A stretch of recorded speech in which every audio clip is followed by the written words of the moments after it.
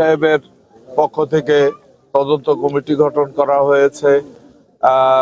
রেলওয়ের পক্ষ থেকে বোধহয় রেলপথ মন্ত্রণালয়ের প্রতিমন্ত্রী রশিদ হাবিব এই ঘটনাস্থল পরিদর্শন করেছেন। কৃষি মন্ত্রী আমিনুর রশিদ ইয়াসিন হতাহতদের পরিবারের প্রতি গভীর শোক এবং দুঃখ প্রকাশ করেছেন প্রধানমন্ত্রী তারেক রহমান।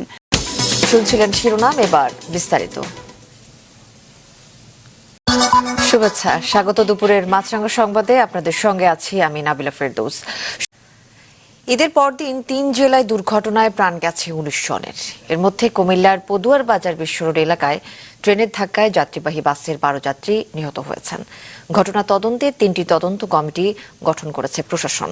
এছাড়া দায়িত্ব অবহেলার দায়ে 2 গেটম্যানকে বরখাস্ত করা হয়েছে। বিস্তারিত ডেস্ক রিপোর্টে। রোববার দিবাগত রাত 3টার দিকে কুমিল্লার পতুয়া বাজার বিশ্ব রোড এলাকায় রেল ক্রসিং পার হচ্ছিল চাঁপাইনবাবগঞ্জ থেকে ছেড়ে আসা নোয়াখালীগামী বাস মামুন স্পেশাল। আর তখনই এসে পড়ে ঢাকা মেল ট্রেন। ট্রেনটি বাসটিকে ধাক্কা দিয়ে নিয়ে যায় প্রায় 1 কিলোমিটার। এতে দুমড়ে মুচড়ে যায় বাসটি। প্রত্যক্ষদর্শীরা জানান, রেল ক্রসিংয়ে গেটম্যান না থাকায় বিকট শব্দে ঘটে এই দুর্ঘটনা। ট্রেনের যাত্রীদের অভিযোগ, রেল ক্রসিংয়ে গেটম্যান ছিল না, এমনকি 999-এ ফোন দিয়েও পাওয়া যায়নি কোনো সহায়তা। পরে ফায়ার সার্ভিস এলে শুরু হয় উদ্ধার অভিযান। যে লাইনম্যান যে রেলের ইয়েটা ফালাবে, ঠিক আছে, ওটা আপনি ফালায় না, উনি ঘুমাইতেছিল হয়তো বা, পুরোটা দায়ী হয়েছে উনি। আমি নিজে 999-এ কল দিছি, কল দেওয়ার পর আমি মনে 5বার কল দিছি, কল ঢুকেই না। ঘটনাস্থলেই 3 জনের মৃত্যু হয়। বাকিদের উদ্ধার করে হাসপাতালে নেওয়া হলে চিকিৎসাধীন অবস্থায় মারা যান আরো 9 জন। এদের মধ্যে 2 জন শিশু, 3 জন নারী ও 7 জন পুরুষ। গাড়ি ট্রেনের ধাক্কায় প্রায় 1/2 কিলোমিটার বা 1 কিলোমিটার কাছাকাছি চলে আসছে, আপনারা দেখতে পাচ্ছেন। এর মধ্যে ট্রেন বাসের মধ্যে যত লোকজন ছিল সবগুলো ছন্ন বিচ্ছন্ন হয়ে পড়ে গেছে। মোট 7টা ডেড বডি পুলিশের মাধ্যমে হ্যান্ড ওভার করা হয়েছে এবং 3টা আহত হয়েছে। আহতটা হাসপাতালে পাঠানো হয়েছে। দায়িত্বে অবহেলার অভিযোগে 2 গেটম্যানকে বরখাস্ত করা হয়েছে।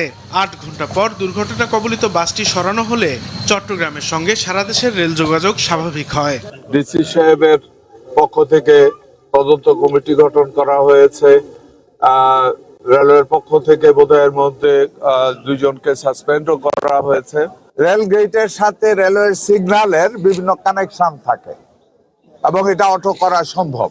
দ্রুততম সময়ের মধ্যে আমরা চেষ্টা করব যে সমস্ত হাইওয়ে কানেক্টিং রেল ক্রসিং আছে এগুলির ভিতরে অটো গেট সিস্টেম করার জন্য।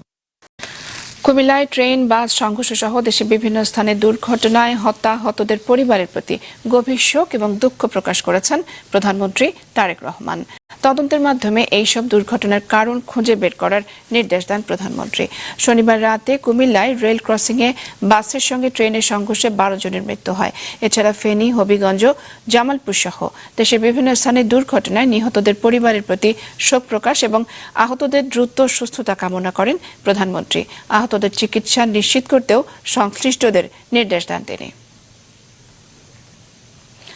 ইতিমধ্যেই চট্টগ্রাম থেকে ছেড়ে যাওয়া ঢাকা অভিমুখী এবং ঢাকা থেকে ছেড়ে আসা চট্টগ্রাম অভিমুখী আন্তনগর ট্রেন মহানগর এক্সপ্রেস কিন্তু ইতিমধ্যে এই স্থান দিয়ে অলরেডি অতিক্রম করেছে। অর্থাৎ আমরা এইটি বললাম এই কারণে যে রেল যোগাযোগ ইতিমধ্যে আপনারা জেনে যাবেন যে স্বাভাবিক হয়েছে। রেলপথ মন্ত্রণালয়ের প্রতিমন্ত্রী রশিদ হাবিব এই ঘটনাস্থল পরিদর্শন করেছেন। কৃষি মন্ত্রী আমিনুর রশিদ ইয়াসিন এবং কুমিল্লা জেলা প্রশাসক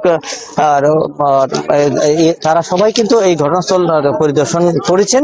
তো আমি আগেও বলেছি যে এই সংক্রান্ত 2টি পৃথক তদন্ত কমিটি গঠন করেছে এবং আগামী 3 কর্মদিবসের মধ্যে এই তদন্ত কমিটিকে নির্দেশ প্রদান করা হয়েছে ঘটনার তদন্ত প্রতিবেদন দাখিল করার জন্য। এবং ইতিমধ্যে গেটম্যান কে বরখাস্ত করা হয়েছে এবং কুমিল্লা স্টেশন মাস্টারকেও সাময়িক বরখাস্ত করা হয়েছে। হয়েছে।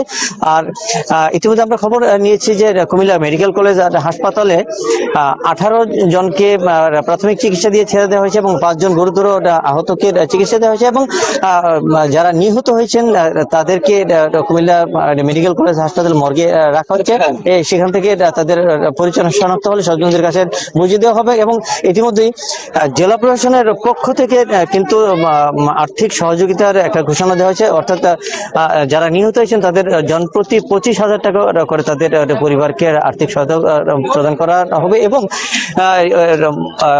ইতিমধ্যে যে মন্ত্রী মহোদয় এই জায়গা পরিদর্শন করেছেন, মন্ত্রী মহোদয় কিন্তু কথা দিয়েছেন যে তদন্ত সাপেক্ষে এবং যারা হতাহত হয়েছেন তাদের প্রত্যেকের পারিবারিক খোঁজখবর নিয়ে তাদেরকে তাদের পাশে দাঁড়াবে সরকার। এবং মাননীয় মন্ত্রী যে বিষয়টা আরো জানিয়েছেন যে মাননীয় প্রধানমন্ত্রী তারেক রহমানও এই বিষয়টি প্রতি মুহূর্তে খোঁজখবর রাখছেন।